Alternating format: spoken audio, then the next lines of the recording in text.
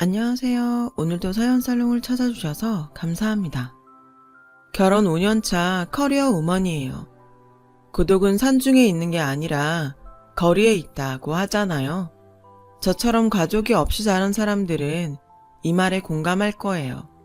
살면서 매 순간 가족을 그리워하며 살지는 않지만 명절이나 크리스마스 때 가족들에 둘러싸인 주변 사람들을 보며 그제야 내가 혼자라는 사실을 인지하게 되니까요. 저 역시 그랬어요. 그런데 결혼해서 말도 많고 탈도 많은 시댁 식구들과 북적이며 살다 보니 외톨이였던 시절로 다시 돌아가고 싶지 않더라고요. 그래서 난생 처음 용기라는 걸 내보기로 했어요. 나를 가족으로 받아준 사람들을 위해 지금의 가정을 지키려고 말이죠. 저에게는 어린 시절 기억이라고 할 것도 변변이 없어요. 공원에서 부모 손에 버려진 저를 근처에서 풍선 팔던 아저씨가 발견해 인근 파출소에 데려다 주었고 이후엔 시설에 들어가게 되었다는 얘기만 들었을 뿐이니까요. 부모한테 버려진 충격이 커서 그랬는지 저는 시설에 들어간 지 얼마 안 돼서 심한 열병을 앓았대요. 그 탓에 7살 이전의 기억은 없어요. 차라리 다행인지도 모르죠. 자기 자식을 버릴 정도의 부모 밑에서 자란 어린 시절이 좋아봐야 얼마나 좋겠어요. 모르는 게 약이라고 차라리 기억이 없으니 그리워할 시절도 없어서 오히려 나았어요. 하지만 그런 저에게도 잊지 못할 사람이 하나 있어요. 공원에서 비를 맞고 울고 있는 저를 발견해 근처 파출소에 데려다 주었던 풍선장수 아저씨예요. 솔직히 풍선장수 아저씨가 저를 파출소에 데려다 주었던 기억은 안 나요. 다만 제가 시설에서 지내는 동안 풍선장수 아저씨가 종종 찾아와서 그때 일을 들려줘서 알게 된 거죠. 니한테는 아픈 기억일란가 몰라도 그래도 알아야 하지 않겠냐? 운 좋으면 너그 부모를 찾을 단서를 찾을란가도 모르고 말이여. 너만한 자식을 기르는 입장으로다가 나아가 볼 적엔 너그 부모가 널 버린 것은 아닌 것 같아. 암만 너그 부모도 뭔가 사정이 있었겠지. 안 그냐? 그니께 좋게 생각하자. 모르긴 해도 너그 부모도 시방 전국 팔도를 돔시롱 너 찾느라고 눈알이 빠질 것인께. 지 새끼 이름 부부는 말이여 먹어도 먹는 것이 아니고 살아도 사는 것이 아닌 법이다. 근께 너도 포기하들 말고 뭐라도 자꾸 떠올려 봐야. 아저씨 말 알겠제? 투박한 말투였지만 아저씨의 말 속에는 제가 부모님을 찾길 바라는 진심이 고스란히 들어있었어요. 그리고 그 마음은 저에게도 온전히 전해졌고요. 아저씨는 종종 시설에 찾아와 저와 아이들한테 풍선을 나눠주셨어요. 길쭉한 막대 풍선을 이리저리 돌리고 조여서 푸드리며 칼을 만들어주셨죠. 그래서 아이들도 아저씨를 좋아했어요. 아저씨 팔뚝에 진하게 그려진 호랑이 문신을 보기 전까지는요. 풍선을 얻으려고 아저씨 꽁무니만 졸졸 따라다니던 아이들은 아저씨랑 눈이라도 마주칠세라 꼭꼭 숨었죠. 여전히 아저씨 옆을 지키는 건 오직 저뿐이었어요. 어른도 넘어짐시롱 크고 그란다. 이 호랭이는 나가 철없을 적에 하도 속이 미친년 꽃다발 맹크로 발광을 해서 정신 좀 차리려고 그려 넣은 것이여. 처음엔 괜히만 하던 것이 살이 쪄서 그런가. 시방은 백두산 호랑이 맹크로 커불었지 뭐냐. 아가, 너도 이 호랭이가 무섭냐? 아저씨는 시험지 채점을 앞둔 아이처럼 걱정스러운 눈빛으로 저를 바라보았어요. 저는 대답 대신 호랑이 문신에 일회용 반창고를 붙여주었죠. 이러면 안 무서울 거예요. 아저씨는 한참 동안 반창고를 내려다보시다가 저를 안아주셨어요. 아저씨 어깨가 들썩이고 흐느끼는 소리가 들렸지만 저는 모른 척 했죠. 왠지 그래야 할 것 같았거든요. 그날 이후 풍선장수 아저씨는 더 이상 보육원에 오지 않았어요. 그렇게 시간이 흘렀고 9살이던 저는 중학교에 들어갈 나이가 되었어요. 그 흔한 사진 한 장 같이 찍은 게 없어서 언제부턴가 아저씨 얼굴도 기억이 가물가물하더라고요. 기억나는 건 아저씨 팔뚝에 그려진 호랑이 문신뿐이었어요. 사춘기에 접어선 저는 보육원에서도 학교에서도 말수가 많이 줄었어요. 늘 있는 듯 없는 듯 조용히 지냈죠. 내게는 나를 지켜줄 사람이 없다는 걸 일찌감치 깨달았던 탓일 거예요. 내일 학교로 부모님 모셔와. 부모 없는 아이들에게 이 말처럼 무서운 말도 없거든요. 그러니 그런 소리를 듣기 전에 알아서 빌미를 안 만드는 게 최선이다 생각했죠. 며느리 시집살이 하는 심정으로 보고도 안 본 척, 들었어도 안 들은 척, 괜히 남의 일에 나서지 않고 몸살이며 숨죽이듯 그렇게 살았어요. 그러다 보니 별명이 투명인간이 됐고요. 주변에 누가 잘못을 했든 억울한 누명을 썼든 눈을 감고 귀를 닫고 산 탓에 저에게는 친구가 하나도 없었어요. 당연하죠. 그렇게 의리 없는 애랑은 나라도 친구하기 싫으니까요. 같이 놀 친구도 없으니 남는 시간엔 공부를 하거나 책을 읽었어요. 학교 도서관은 그런 저의 아지트였죠. 오래된 책에서 풍기는 쿰쿰한 책곰팡이 냄새가 전 그렇게 좋더라고요. 그러다 내친 김에 도서관에 있는 모든 책에 제 이름이 적힌 대출카드를 남기고 싶다는 생각을 하게 됐어요. 스스로 내기를 하듯 책을 읽다 보니 텅 빈 것 같았던 내 마음이 조금씩 채워져 가기 시작했고요. 하지만 졸업식까지도 학교 도서관에 있는 모든 책을 읽지는 못했어요. 생각보다 책이 많더라고요. 고3이 되고는 수능 준비로 바빠서 좀처럼 책을 읽을 시간도 없었고요. 하지만 꾸준한 독서 덕분에 고액의 논술학원에 다니지 않았음에도 저는 논술평가에서 1등을 할 수 있었어요. 당시 대입시험은 논술시험 성적이 당락을 좌우할 정도로 높은 비중을 차지하고 있었는데 그런 점에서 저는 대학 입시에 유리한 상황이었죠. 모의고사 성적과 내신 성적이 꽤 좋기도 했고요. 하지만 문제는 돈이었어요. 고등학교를 졸업하면 시설에서 나와야 하는데 정착금으로 받은 돈으로는 월세방 보증금도 감당이 안 됐거든요. 그런 상황에 대학 진학을 꿈꾼다는 건 말도 안 되는 거였죠. 그때는 정말 내게 부모가 없다는 게 피부에 와닿더라고요. 남들은 성적이 안 돼서 못 가는 대학을 좋은 성적을 받고도 못 가게 됐으니까요. 그땐 이따위 인생 될 대로 되라는 심정이었어요. 수능 시험을 마치고 남들은 논술 시험 준비를 하느라 한창 바쁜 그때 저는 자포자기한 심정으로 지내야 했죠. 그러던 어느 날이었어요. 원장님이 급히 저를 부르시더라고요. 아무래도 퇴소 문제 때문인 것 같아서 마음의 준비를 하고 원장실을 찾아갔죠. 그런데 뜻밖의 얘기를 하시지 뭐예요. 지영아, 너 대학 갈 수 있겠다. 널 후원하겠다는 분이 나섰어. 대학도 보내주시고 네가 원한다면 유학도 보내주시겠단다. 이게 꿈이냐 생시냐? 원장님은 당사자인 저보다도 더 신이 나서 어쩔 줄 몰라 하셨어요. 그러니까 논술시험 준비나 열심히 해. 이렇게 좋은 기회를 놓칠 수는 없지 않겠니? 원장실을 나올 때까지도 실감이 안 나더라고요. 그저 어리벙벙 하기만 했어요. 어린 시절 읽었던 키다리 아저씨라는 동화 속 주인공이 된 것 같았거든요. 그래서 저는 그날부터 본격적으로 논술 시험을 준비했어요. 학교 도서관에 틀어박혀 관련 서적을 읽으며 기출 문제도 풀어보고 국어 선생님께 첨삭 지도를 부탁드렸죠.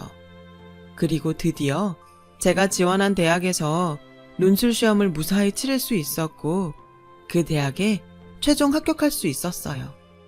내게는 허락되지 않은 줄 알았던 대학 생활을 하게 된 거예요. 입학에 맞춰 시설에서 제 짐을 챙겨서 대학 기숙사로 옮겼어요. 2인 1실 방이었는데 지금까지 시설에서 아이들과 함께 생활을 해온 탓에 저로서는 불편할 것도 없었죠. 오히려 시설도 좋고 강의동과 도서관도 가까워서 편하고 좋더라고요. 게다가 후원자분 덕분에 학비에 대한 걱정도 없이 넉넉한 용돈까지 받으며 살 수 있어서 그 어느 때보다 편했고요. 대학에서 학부를 졸업하고는 미국으로 유학도 떠날 수 있었어요. 그동안 학점 관리를 잘한 덕분에 저희 학교와 자매 결혼을 맺은 미국 대학의 교환학생으로 가게 됐거든요. 출국을 앞둔 일주일간은 제가 자란 시설로 돌아가 보육원 아이들과 함께 시간을 보내기로 했어요. 저한테는 고향집 같은 곳이기도 했고 원장님께 물어볼 것도 있었거든요. 후원자를 만나고 싶다고? 네, 대학까지 보내주시는 것도 감사한데 유학까지 보내주신다니까 가만히 받고만 있을 수는 없어서요. 피 한 방울 안 섞인 저한테 그동안 너무도 많은 걸 지원해 주시기도 했고요. 만나 뵙고 감사 인사라도 드리고 싶어요. 그러자 원장님은 난처한 표정으로 그러시더라고요. 네 마음은 충분히 이해를 한다만 처음부터 널 후원하는 조건이 절대로 자신의 신원을 밝히지 않는 거였어. 아무래도 찾아뵙는 건 안 될 것 같구나. 아, 차라리 감사 편지를 쓰면 어떨까? 편지는 내가 직접 전해드릴 수 있거든. 그렇게 저는 후원자분께 감사 편지를 쓰게 됐고 얼마 뒤 유학길에 오르게 되었어요. 미국에 도착하고 얼마 뒤 원장님한테 편지는 잘 전했다고 연락이 왔어요. 편지를 받은 후원자분께서 제게 몸 건강히 공부 잘 마치고 돌아오라는 말을 전해달라고 하셨다더군요. 그렇게 얼굴도 모르는 분의 후원 덕분에 저는 4년간의 유학 생활을 무사히 마칠 수 있었어요. 그리고 한국에 들어와서는 곧바로 취업 전쟁에 뛰어들었죠. 미국에 있는 동안 이름 있는 기업에서 인턴 생활을 경험했던 터라 내심 합격할 자신도 있었어요. 가고 싶은 회사를 골라 총 5군데의 입사원서를 넣었는데 저는 그중 3군데에서 서류 심사에 합격해 최종 면접을 보게 되었어요. 압박 면접이 꽤 살벌하게 진행된 탓에 합격자 발표를 앞두고는 왠지 자신이 없어지더라고요. 지원자들이 다들 학벌도 좋고 스펙도 좋아서 많이 주눅이 들었거든요. 불안한 마음이 현실이 되었는지 저는 첫 회사에서 불합격 통보를 받았어요. 불안하긴 했지만 막상 떨어졌다는 문자를 받으니 겁이 나더라고요. 남은 2개 역시 불합격이면 어쩌나 걱정도 됐고요. 그런 저에게 원장님은 아직 끝난 게 아니니 실망하지 말라고 다독여 주셨지만 이러다가 다 떨어지면 어쩌나 걱정도 되고 기껏 유학까지 보내주신 후원자분께 죄송해서 미치겠더라고요. 하지만 다행히 2번째 회사와 3번째 회사 모두 합격을 했고 그 중에 더 좋은 곳으로 골라서 갈 수 있었어요. 합격 통보를 받고 나니 이제야 비로소 숨을 좀 쉴 수 있겠더라고요. 사실 겉으로 표현은 안 했지만 그동안 혼자서 끙끙 앓고 있었거든요. 취업이 인생의 전부는 아니지만 그래도 제 인생에서 큰 부분을 차지하는 것도 사실이니까요. 그렇게 저는 27 끝자락에 비로소 홀로서기를 할 수 있었어요. 그리고 첫 출근에 앞서 후원자분께 2번째 편지를 썼죠. 덕분에 좋은 환경에서 공부할 수 있었고 좋은 회사에도 취직할 수 있었다고요. 허락하신다면 이번만큼은 직접 만나서 감사 인사를 드리고 싶다고 말이죠. 하지만 이번에도 후원자분께서는 원장님을 통해 거절을 하셨어요. 사회에 첫 발을 내딛었으니 이제는 스스로 살아갈 힘을 기르라는 말씀과 함께요. 그렇게 저는 2번째 거절을 당했고 이후에는 편지를 쓰지도 만나고 싶다고 조르지도 않았어요. 대신 감사한 마음을 가슴에 담고 언젠가 나와 같은 처지의 아이에게 도움을 주어야겠다고 다짐을 했죠. 그게 후원자분께 은혜를 갚는 일이라고 생각했거든요. 이후 회사에 첫 출근을 하게 된 저는 정말 눈코 뜰 새 없이 바쁘게 지냈어요. 모든 신입사원들이 다 그렇듯 학교에서 배운 것과는 전혀 다른 업무 형태에 매 순간 멘붕이 왔고, 더불어 회사에 적응하느라 전력을 다해야 했거든요. 그렇게 3년을 보낸 저는 드디어 대리로 승진하게 되었어요. 그러던 어느 날이었죠. 원장님이 회사로 찾아오셨더라고요.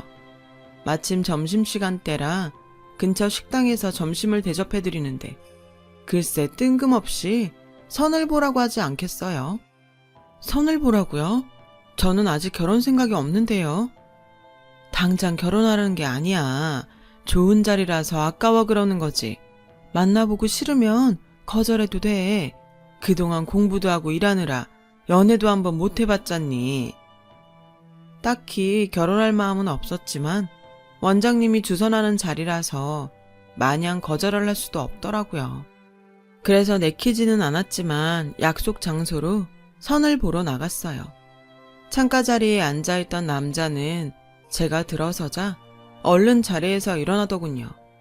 한눈에 봐도 선 보러 나온 사람 같았어요. 그저 얼굴만 비춘다 생각하고 나간 저와는 달리 남자는 꽤 진지한 자세였어요. 여자를 대하는 게 능숙한 건 아니었지만 상대를 섬세하게 배려하는 느낌이었죠. 사람을 참 편하게 해주더라고요. 덕분에 얘기를 나누기 편했어요. 물론 원장님과 상대편 부모의 배려로 당사자 둘만 만난 자리라서 더 그랬는지 모르겠지만요. 알고 보니 저와는 대학 동문이더라고요. 컴퓨터 공학과를 졸업하고 현재는 프로그래머로 일하고 있다고 했어요. 어릴 때 부모님이 맞벌이를 하셔서 주로 혼자 지내는 시간이 많았어요. 그래서 컴퓨터를 끼고 살았죠. 빈집에서 친구랑 노는 것처럼요. 아버지께선 도대체 커서 뭐가 되려고 그러냐고 많이 혼내셨는데 덕분에 이렇게 진로도 찾고 돈도 벌고 살아요. 지영 씨는 뭐 좋아해요? 책 읽는 거요. 제가 친구가 없거든요.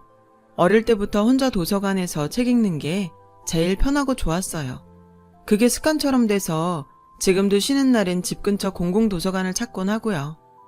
그럼 이제부터는 우리 둘이 만나서 놀면 되겠네요. 컴퓨터랑 책 대신 우리끼리 친구예요.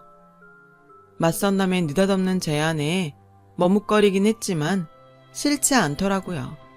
30이 넘어서야 친구를 사귀게 되다니 기분이 묘했죠. 그 주 토요일 그렇게 우리는 자연스러운 애프터 만남을 가졌어요. 결혼을 전제로 상대를 탐색하려고 만나는 게 아니라 놀려고 만나는 거라 생각하니 왠지 마음도 가볍고 설렜죠. 우린 편한 차림으로 문래동 예술촌에 들러 폐공장에서 하는 미디어 아트 전시를 봤어요. 기억이라는 제목으로 열린 그 전시는 예술과 기술이 접목된 작품들로 꽤 다양한 방식으로 인간의 보편적 감성과 추억을 표현하고 있었어요. 그중 제 눈을 사로잡은 건 풍선이었죠. 풍선을 놓친 아이가 하늘로 올라가는 빨간 풍선을 향해 손을 뻗고 있었어요. 까치발까지 하곤 간절하게 손을 뻗어보지만 결국 풍선은 저 멀리 날아가 버리고 말았죠. 구름 위에는 아이들이 놓친 풍선들이 색색가지로 쌓여 있었어요. 그 풍선들이 하나씩 터지면서 오래전 골목길과 학교 운동장, 딱지와 인형에 대한 추억이 담긴 영상이 펼쳐졌어요. 별것 아닌 그 영상 앞에서 저는 한참을 서 있었어요. 사라진 줄 알았던 7살 이전의 기억이 부분 떠올랐거든요. 엄마, 아빠, 그리고 우리 집의 모습이요. 저는 아빠 손을 잡고 병원에 입원해 있는 엄마를 찾아가곤 했어요. 산소호흡기에 의지해 간신히 숨을 쉬던 엄마는 결국 돌아가셨고 아빠와 저는 장례식장에 놓인 엄마 영정 앞에서 울고 있었어요. 제가 아빠와 헤어진 그날은 엄마가 죽고 처음 맞는 어린이날이었죠. 술에 취해 쓰러져 있는 아빠를 흔들어 제가 놀이동산에 가자고 졸랐어요. 아빠는 그런 저를 휑한 눈으로 바라보다 제 손을 잡고 집을 나섰죠. 하지만 아빠와 제가 간 곳은 놀이동산이 아닌 한강공원이었어요. 저는 벤치에 앉아 음료수를 사러 간 아빠를 기다렸지만 아빠는 오지 않았고 갑자기 내린 비에 돗자리를 깔고 잔디밭에 앉아 놀던 가족 단위 사람들은 서둘러 자리를 떠나버렸죠. 유일하게 남은 건 저와 풍선장소 아저씨 둘 뿐이었어요. 제게 손을 내밀던 풍선장소 아저씨의 커다란 손이 제 마지막 기억이에요.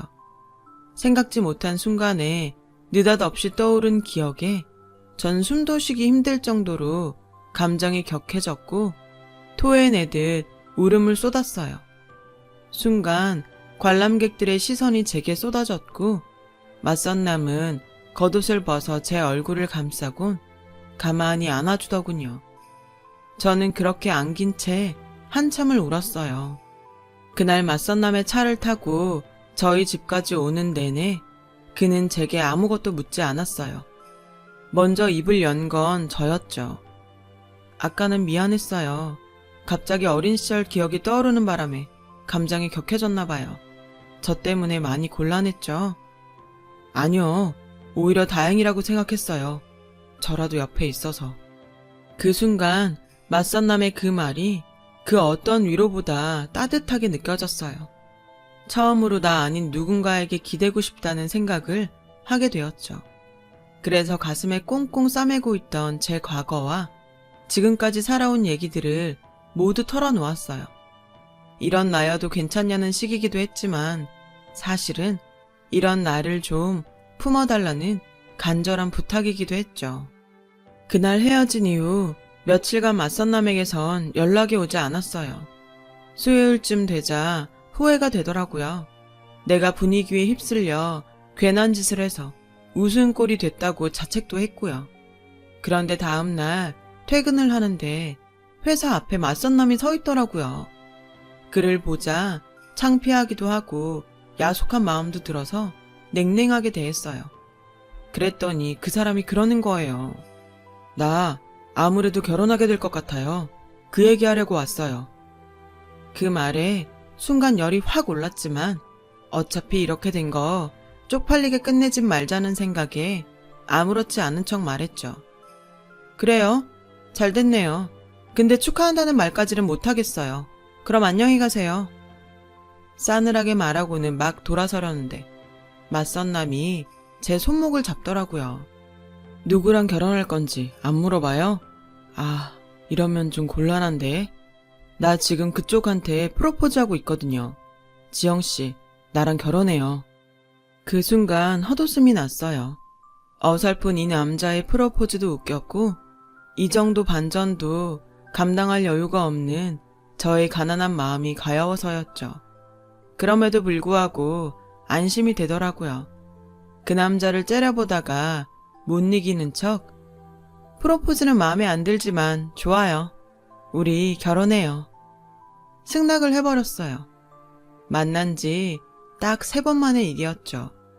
우리는 사귀기도 전에 결혼을 결정하곤 그제야 연애를 시작했어요. 순서는 뒤바뀌었지만 연애를 하는 동안 내 결정이 틀리지 않았다는 확신은 점점 강해졌죠. 그런데 얘랑의 집을 방문하고는 솔직히 그 마음이 살짝 흔들리긴 했어요. 자식은 부모의 거울이라는데 아버님이 얘랑과는 달라도 너무 달랐거든요. 김치 사업을 하신다는 아버님은 딱 봐도 사장님 포스였어요. 문제는 회사에서만 그러시는 게 아니라 집에서도 군림하려 드신다는 거였죠. 얘랑의 집은 아버님 왕국 수준이었어요. 아버님의 말에 따라 얘랑과 어머님은 일사불란하게 움직였고 아버님 밑에서 일하는 남편의 외삼촌도 마찬가지였죠. 아버님 말 한마디에 온 집안 식구들이 벌벌 떨 정도였어요. 아버님 눈 밖에 나는 순간 끝인 거였죠. 우리 결혼에 대한 결정 역시 온전히 아버님의 허락에 달려 있었고요. 그래, 결혼하면 일은 어떡할 거냐? 계속 할 거냐? 아니면 살림을 할 거냐? 그러자 어머님이 끼어드셨어요. 여자가 결혼을 했으면 살림을 해야지. 30이면 서둘러 애를 낳아도 남들보다 처지는데 일은 무슨? 그 순간 아버님이 버럭 소리치셨어요. 어디서 감히 끼어들어? 내가 지금 당신 헛소리 듣겠다고 이러는 거야? 어디서 건방지게. 잔말 말고 입 다물고 가서 상이나 차려. 아가, 네가 직접 대답해봐라. 일은 어떻게 할 거냐?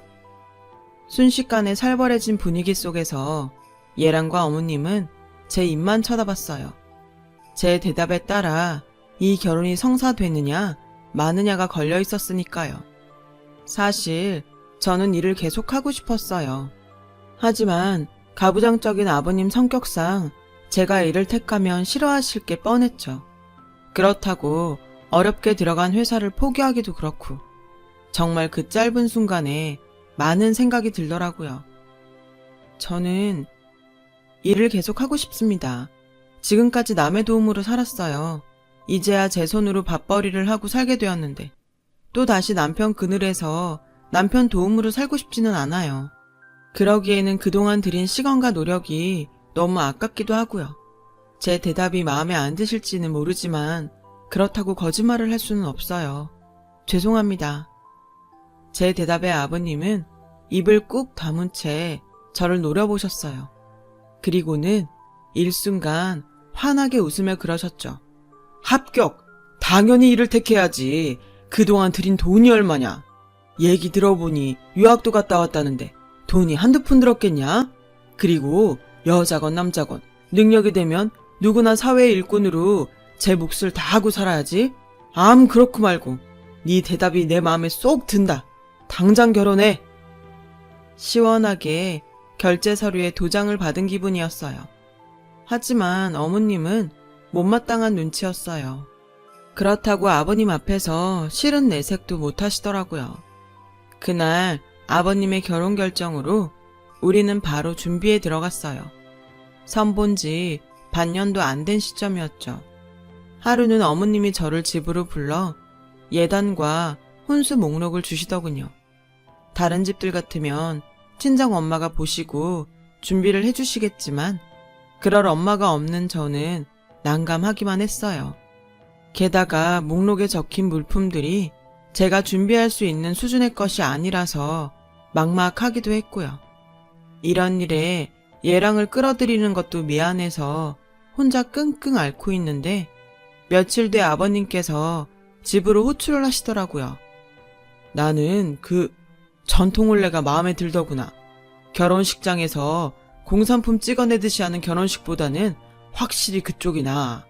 괜히 평소에 얼굴 한번 안 보고 사는 사돈의 팔촌까지 줄줄이 불러서 축의금 장사하는 것보다 조촐하게 식구들끼리 혼례도 올리고 구경꾼들한테 밥 한 끼 대접하는 게 좋지 않겠냐 이거지. 어차피 식장에 들어갈 때 손잡아줄 아빠도 없고 부를 친구나 친척도 없는 저로서는 구미가 당기는 제안이었어요. 하지만 어머님 생각은 달랐죠. 아버님한테 혼날까봐 대놓고 말은 안 하셨지만 조용히 꿍시렁대셨거든요. 그간 뿌린 축의금이 얼만데 그걸 포기해? 속 터져. 그러자 아버님이 한 소리 하셨죠. 다 들린다. 속갯말은 속으로만 해. 저는 어머님 눈치가 보여서 바로 대답을 할 수 없었어요. 그러자 보다 못한 예랑이 끼어들었죠. 결혼식은 저희 둘이 상의를 해볼게요. 그보다 혼수랑 예단은 꼭 해야 하나요? 가능하면 생략하고 까지 말하는데 아버님이 예랑의 말을 뚝 끊으셨어요. 내 얘기도 안 끝났는데 어디서 건방지게 끼어들어? 입 안 다물어? 아가, 그 예단이랑 혼수 말이다. 난 그런 거 필요 없다. 하지 마라. 부모가 딸 자식 맞아들이면서 그런 거 받는 건 말도 안 되는 짓이고 네가 그런 거 바리바리 싸들고 올 정도로 내 아들이 대단한 놈도 아니다. 따지고 보면 이 결혼은 네가 믿지는 장사나 진배 없으니까 네 몸만 오는 걸로 얘기 끝내자. 그럼 이상? 아버님의 깔끔한 정리로 어머님의 A4 2장짜리 예단과 혼수 목록은 한순간에 폐기 처분이 돼버렸어요. 그러자 어머님은 이번만큼은 절대로 못 참는다시며 눈을 치켜뜨셨죠. 나요, 이렇게는 결혼 못 시켜요. 남들은 며느리 드릴 때 명품 백도 받고 모피코트도 받는다는데 내가 뭐가 부족해서 빈손으로 며느리를 드려요. 나 25에 제 취자리로 들어와서 이날 이때까지 재훈이 4배 아파 낳은 자식처럼 키우면서 당신한테 뭐 하나 바란 적 없어요. 하지만 이번만큼은 안 되겠네요. 나도 남들처럼 시어머니 대접 톡톡히 받고 며느리 드릴 거예요. 그러니까 당신도 아무 말 마세요. 이 여편 내가 실성을 했나? 어디서 눈을 치켜뜨고 바라기야. 그리고 자식 키운 대접을 받으려거든 재훈이 저놈한테 받을 일이지 왜 엄한 며느리한테 받겠다고 난리야. 한 번만 더 그딴 소리 해봐. 짐 싸서 친정으로 보내버릴 테니까. 이놈의 막장 드라마만 주구장창 보더니 어디서 막장 시어미 노릇이야. 분명히 말했으니까 앞으로 이 얘긴 끝. 결국 어머님은 아버님의 기세에 눌려 더 이상 아무 말도 하지 못하셨어요. 그 후로도 분가 문제도 아버님의 일방적인 결정에 따라 정해졌죠. 그런데 시간이 지날수록 진정한 승자는 아버님이 아닌 저일지 모른다는 생각이 들더라고요. 전통혼례도 따지고 보면 고아인 저에겐 치부를 드러내지 않는 결혼식이었고 예단이며 혼수 문제도 어쨌든 저한테는 최상의 결과였으니까요. 게다가 아버님의 독단에 따라 결정된 분가 문제도 저한테는 땡큐였고요. 그제야 알겠더라고요. 지금까지 아버님은 아버님의 방식대로 제 처지를 고려해 주셨다는 걸요. 과정은 과격했지만 저를 아껴주시는 아버님의 마음은 온전히 제게 닿았어요. 물론 어머님의 분노도 동반됐지만요. 아버님 뜻에 따라 전통 혼례를 올리고 제 직장 근처에 신혼집도 차렸어요. 신혼 초반엔 툭하면 찾아와 잔소리를 하시던 시어머니도 아버님의 불호령이 떨어진 뒤 발길을 끊으셔서 우리 부부는 둘만의 오붓한 신혼을 즐길 수 있었죠. 그렇게 결혼하고 1년쯤 되었을 무렵 청천벽력 같은 소식이 들렸어요. 아버님이 뇌경색으로 쓰러지셔서 반신불수가 되신 거예요. 거기에 언어장애까지 생겨서 말씀도 제대로 하지 못하게 되셨죠. 그 당당하고 호탕하시던 아버님은 이전과는 전혀 다른 모습으로 변하셨고 그동안 아버님한테 눌려 살던 어머님은 뒤늦게 제 세상을 찾으셨어요. 아버님을 대신해 회사를 운영하신다고 살림도 팽개치시고 출근을 하셨고 주말에는 친구분들과 골프를 치러 다니시느라 집을 비우셨죠. 아버님의 병수발은 평일엔 간병인의 도움을 받았고 주말에는 남편과 제가 도맡아야 했어요. 저를 통해 아버님 소식을 들은 원장님은 한 걸음에 달려오셨어요. 아휴, 강 사장님, 이게 무슨 일입니까? 어쩌다 이런 모습이 되셨어요? 원장님은 아버님 손을 잡고 울먹였어요. 그러자 아버님도 눈물을 흘리시며 뭔가 말씀하시라고 하시더군요. 하지만 마음처럼 말이 나오지 않았고 답답한 마음에 멀쩡한 왼주먹만 움켜쥐실 뿐이었죠. 그 손을 보자 불현듯 종이에 쓰시면 되겠다는 생각이 들어 아버님 왼손에 펜을 들려드리고 메모지를 대드렸어요. 메모지에는 삐뚤거리는 글씨로 이렇게 적혀 있었죠. 나에 대해 아무 말도 하지 말아주세요. 원장님은 몇 번이나 알겠다고 약속을 하시고는 돌아가셨어요.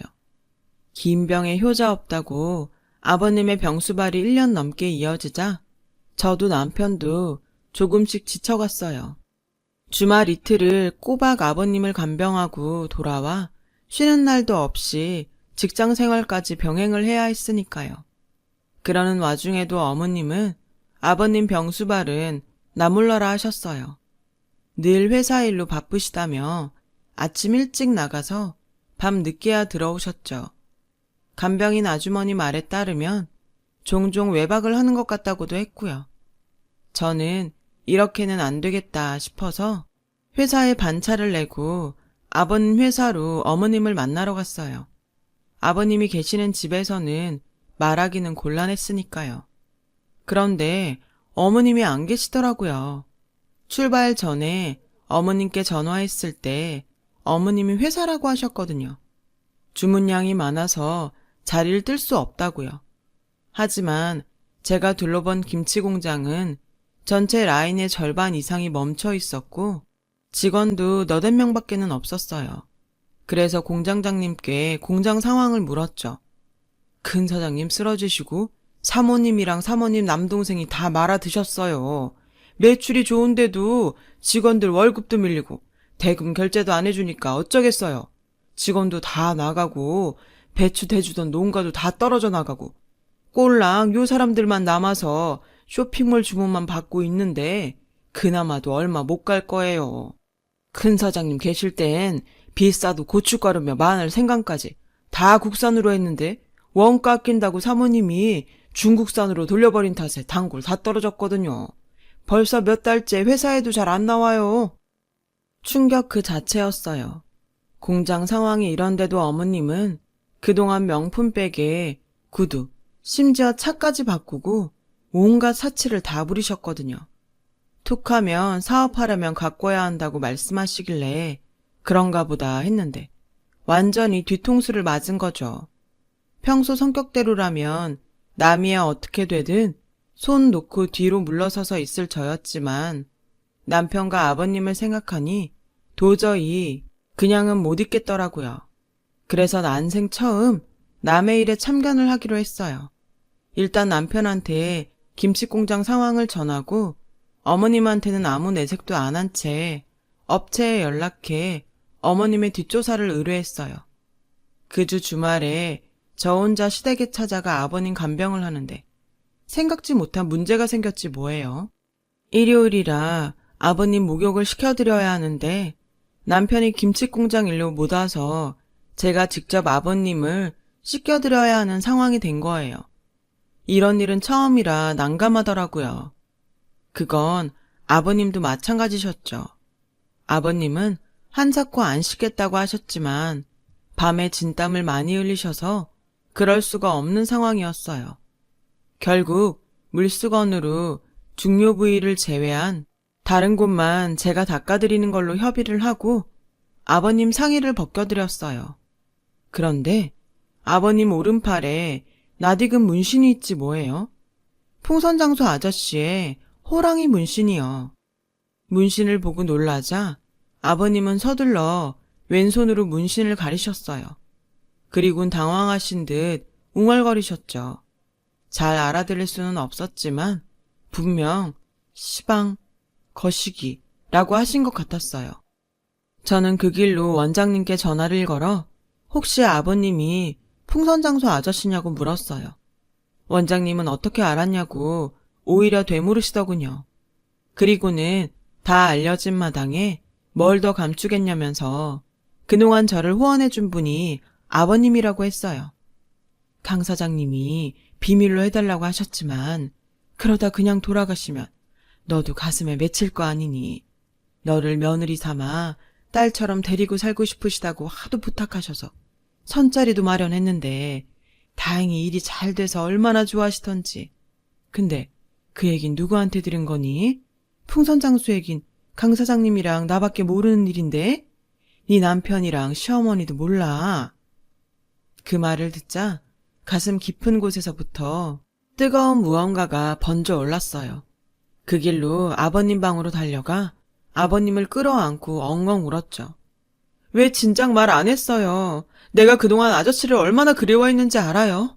그렇게 기다려도 안 와서 아저씨도 날 버린 줄 알고 무서웠다고요. 나 몰래 후원해 줄 게 아니라 차라리 나 보러 와주지 그랬어요. 난 그거면 됐는데, 그걸로 충분했는데. 미안해요, 아저씨. 내가 아저씨를 알아보지 못해서 정말 미안해요. 아버님은 불편한 몸으로 제 머리를 쓰다듬어 주시며 눈물을 흘리셨어요. 오래전 저를 안아주시던 아저씨의 따뜻한 품, 그대로였어요. 그리고 며칠 뒤 업체에서 연락이 왔어요. 어머님이 그동안 아버님 명의로 된 땅이며 은행 잔고, 회사 수입을 열심히도 친정으로 빼돌리고 있었더라고요. 게다가 현재 운전기사라 딴 살림까지 차리고 계셨고요. 남편과 함께 변호사를 찾아가 소송을 의뢰하고 공장장님을 만나 공장을 어떻게 정리해야 할지 상의했어요. 공장장님은 저희가 공장을 운영할 생각이 없다면 자신이 한번 해보겠다고 하시더라고요. 당장 공장을 인수할 돈은 없으니 대신 공장 임대료로 매달 월세를 내겠다고요. 저희로서는 그게 최선인 것 같아서 그렇게 하기로 했어요. 그리고 얼마 뒤 어머님이 소장을 들고 저희 집으로 찾아오셨더라고요. 내언남이랑 사는 오피스텔로 소장이 전달된 모양이었어요. 어머님은 다짜고짜 제 머리채를 잡으며 고래고래 소리를 치셨어요. 하다하다? 시애미를 법정에 세워? 어디서 이런 게 들어와선 사람을 엿먹이고 지랄이야. 부모 없이 자란 고학년 주제에 감히 네가 나한테 이러고도 무사할 것 같아? 너 뒤봐주시던 시아버지도 뒷방 늙은이 된 마당에 누가 네 편 들어준다고 까불어. 저는 어머님 머리채를 잡으며 말했어요. 왜? 내 편이 없을까봐 걱정이세요? 고양이 쥐 생각해주고 있네요. 근데 어쩌죠? 난 남편도 있고 시아버지도 있고 이젠 법도 내 편일 텐데 어머님한테 누가 있을까요? 어머님 내연남? 돈 몇 푼 쥐어주니까 어머님이 아버님 재산 빼돌린 거 녹취까지 해주던데 그런 남자가 퍽이나 당신 편 들어주겠다? 그러게 어지간히 해드셨어야지. 적어도 아픈 남편 버려두고 딴 살림은 차리지 말았어야지. 인간 말종 같은 짓 혼자 다 해놓고 인간 대접 받길 원했어요? 어림없으니까 꿈도 꾸지 마세요. 내가 당신 지옥불에 던져줄 테니까. 전 시어머니를 현관 밖으로 밀어버리고 문을 닫았어요. 한참을 배를 누르며 문을 두드리던 시어머니는 얼마 안 가 돌아갔어요. 문 밖에서 하는 통화 소리를 들어보니 내연남과 싸우는 것 같더라고요. 그러게 믿을 사람을 믿었어야죠. 돈으로 맺어진 남녀 관계는 결국 돈으로 끝난다는 걸 어머님이 너무 늦게 한 거죠. 결국 얼마 뒤 어머님은 구속이 되었고 어머님이 친정으로 빼돌린 재산과 그 가족들이 착복한 돈은 바로 돌려받았어요. 하지만 이미 많은 돈을 써버린 탓에 받은 돈은 재산 중 일부에 불과했죠. 그래서 돌려받지 못한 돈은 소송을 통해 분할 상환 받기로 했어요. 물론 그 돈을 다 받지는 못하겠지만 어머님과 그 가족들한테 평생 고통을 주기 위해서 그렇게 했어요. 그리고 저희 부부는 본가로 들어왔어요. 아버님 곁에서 사는 게 간병을 하기도 편하고 무엇보다 마음이 편해서요. 그리고 긴 병에 지치지 않도록 따로 주말 간병인도 두었어요. 우리 부부가 지치지 않아야 아버님도 오래 모실 수 있을 것 같아서요. 아버님이 메모로 지시한 사항이기도 했고요. 간병인 하나 더! 이렇게요. 만나게 될 인연은 언제고 다시 만나게 된다는 말처럼 풍선장소 아저씨와 저는 이제 시아버지와 며느리로 살고 있어요. 아저씨가 오랜 시간 동안 제 뒤에서 저를 지켜주신 것처럼 이제는 제가 아저씨를 지켜드리려고 해요. 지금까지 저의 긴 사연 들어주셔서 감사드려요. 여러분, 사연 댓글에 응원과 현명한 조언 부탁드려요. 좋아요와 구독은 저에게 큰 힘이 됩니다. 오늘도 좋은 일 가득하세요.